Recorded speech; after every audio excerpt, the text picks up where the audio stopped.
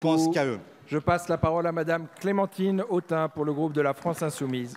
Monsieur le Président, Monsieur le Ministre, en réalité, dans ce budget, c'est plutôt des cadeaux aux riches, en veux-tu, en voilà.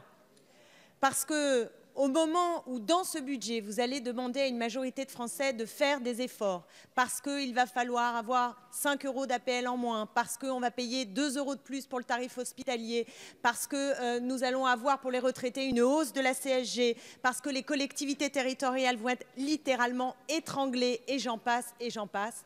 À ce même moment, que propose ce gouvernement?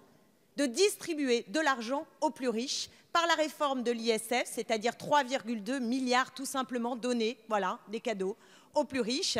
Et vous en parliez et je tiens à vous répondre, d'économiser 1,8 milliard sur la taxe des dividendes, qui pose un problème politique et un problème de souveraineté, de choix politique, je l'ai dit, puisque c'est au service des plus riches, mais aussi un problème de souveraineté.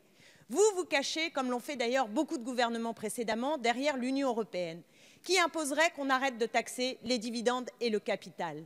Mais alors, à quoi sert de discuter dans cette Assemblée si nous ne pouvons pas décider que le capital est taxé, que les dividendes sont aujourd'hui taxés pour partager les richesses?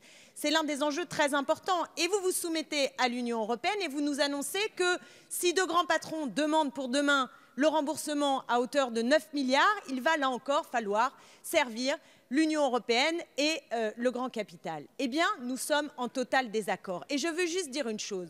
Le débat public est aujourd'hui totalement abaissé par le fait que nous ne sommes pas capables de penser autrement les recettes et les dépenses. Avec la dette, la dette, la dette, la dette, on nous explique qu'au fond, il s'agirait toujours de diminuer les dépenses et de ne pas augmenter les recettes. Eh bien, nous disons qu'il y a des marges dans l'évasion fiscale, dans la taxation du capital, dans une refonte de l'impôt beaucoup plus juste et certainement pas dans une logique qui vise à toujours enrichir les plus riches. Merci beaucoup, Madame Autain.